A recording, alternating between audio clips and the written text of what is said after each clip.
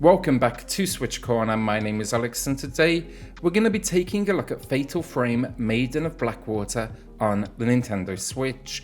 A re-release of the Wii U title, is it going to be worth your time or should horror fans hold on to that cash? Well, hit subscribe if you love the Switch as much as we all do here, join our growing family and let's get started.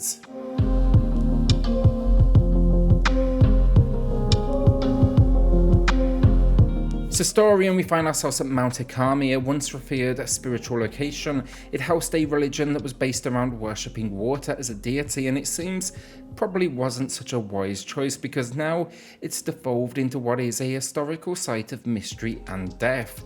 The game, it follows those three characters. They set out to investigate this location, and it's kind of built up of smaller self-contained stories, though they do play a part in what is an interconnected larger tale. I enjoyed it, but I will say I did not find it all that scary, and I played the original and I've always felt that way. If you want to see scary, check out the second entry in this series. I could barely play that one through to the end. Overall though, look, all good stuff, and it's got a ton of intrigue, and the location for sure has plenty of secrets and lore to add to this world if you're willing to go hunting for it. So gameplay in Fatal Frame Maiden of Black Water is a third-person horror experience. It's all about exploration that implements a camera as your source of safety. The concept is simple enough though: explore this mountain and a variety of locations, tackle the occasional ghost, solve some environmental puzzles, and find your way to the goal. It's built out over levels known as drops that each tackle a different case or missing individual. Think here though, 14 drops before maybe a few bonus moments as well. So first, controls wise, it never felt great back in the day and time has not been kind to it. It gets the job done, but this is kind of like old school tank controls, and that brings with it the usual problems, sluggish response time, slow pace, a general sense of battling the controls in tight moments. Let's say capture a snap of a ghost on an attack path. Again, I want to reiterate though, it works, but it's by far the element of the game aging it the most, and I wish this had been a focus for the re-release. Instead, it's simply been ported. Also then, the walking pace in this game, I would have sped that up just a tiny bit as well, because I ended up sprinting everywhere, which I think went against the game's intensity. Fortunately though, the camera snapping combat here, it feels as great as ever. It's a system that's simple, but it really can be intense. The idea is simple though: ghosts appear and you need to take them down by taking photos of them. To do this, things shift into what is a first person viewpoint, or the viewfinder to be exact, and you basically point, aim and shoot. Each ghost can only take so much before they die, but the way you do this is what I like the most. You see, ghosts, they are made up of specific parts, shall we say. These are represented by circles on screen. You need to capture these on your camera. Get 5 or more in one shot and you'll unleash a special, or the title Fatal Frame for those of us here in the US. It does considerable damage. Along the way then, you'll be collecting different film types that has more power and attributes. You can switch out lenses to change up attacks, and with 3 characters, they each have a slight variation on their camera, including the likes of early on examples, think like multiple snaps at one time, or maybe health bars for your enemies.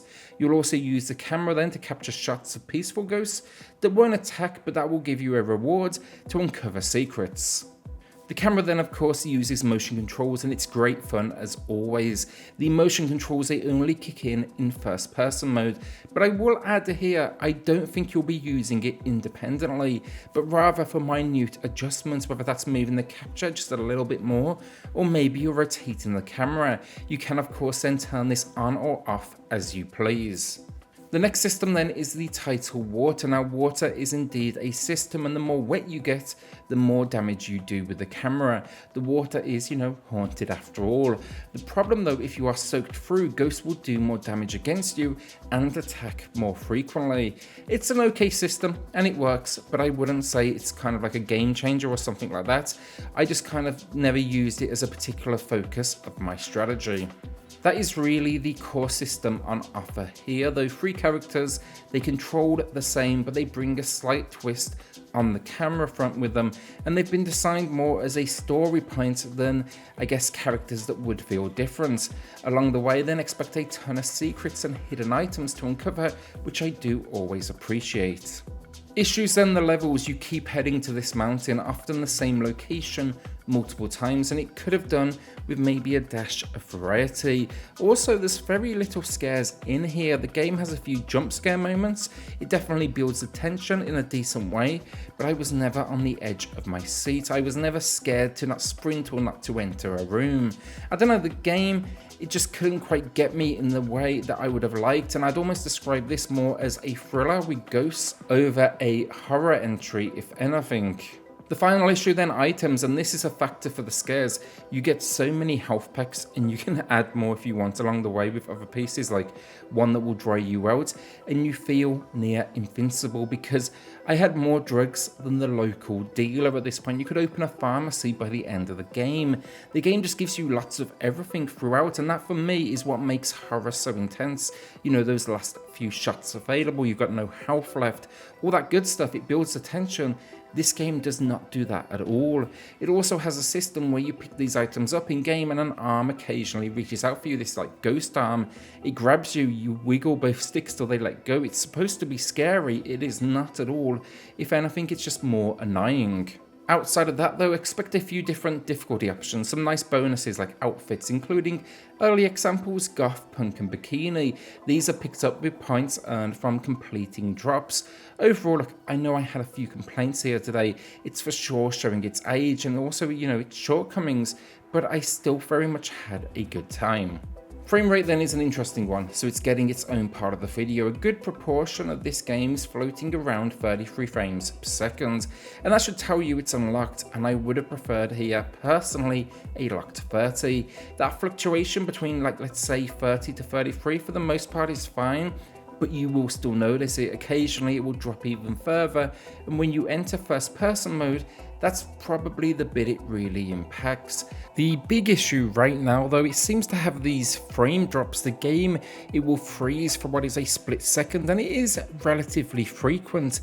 My guess it's loading in that next bit of world, but if you pick it up in its current build, you will notice it, and hopefully they can get it resolved with a quick patch. So graphics on this, it's a great looking game. On the Wii U, I always thought it was a bit of a powerhouse, and now here that's kind of confirmed because looking at comparisons, they really had to do very little and it still stands up. The mountain is a place clearly designed around a dark history.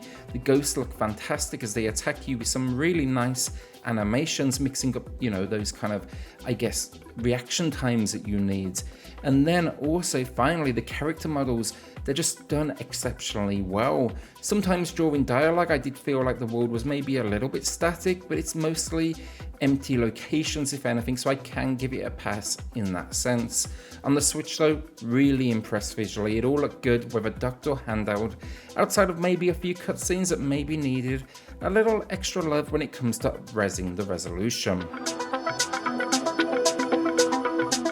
Audio finally then, and it's decent again. The atmosphere has some nice effects in there until you start to realise scares are not this really like entry's priority. Then the voice acting is decent, and music, I'd say it's kind of okay. I thought it did its part, but I felt like there was very little that stood out.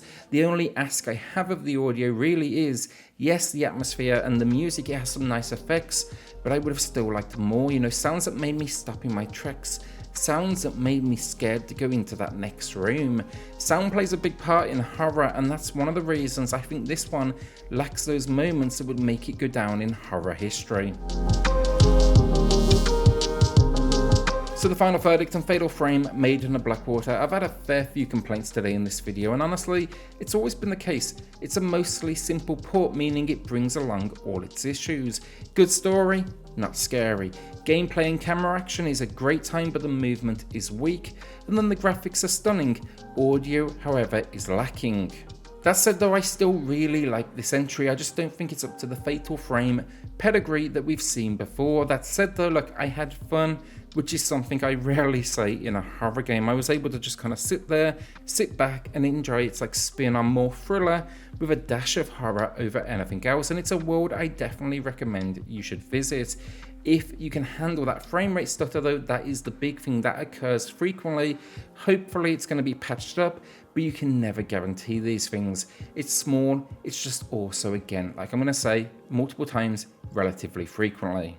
A good 7 out of 10 from me today then. It for sure has its charms, and it's good to see Fatal Frame back. Will you be adding this one to the library then, or are you holding onto that cash? A shout out then to the patrons of the channel who are just going above and beyond to support SwitchCorner. It helps more than you know, so thank you all so much. Then hit subscribe if you love the Switch, as much as we all do here. Join our growing family, and I'll see you all on the next video. Thanks everyone.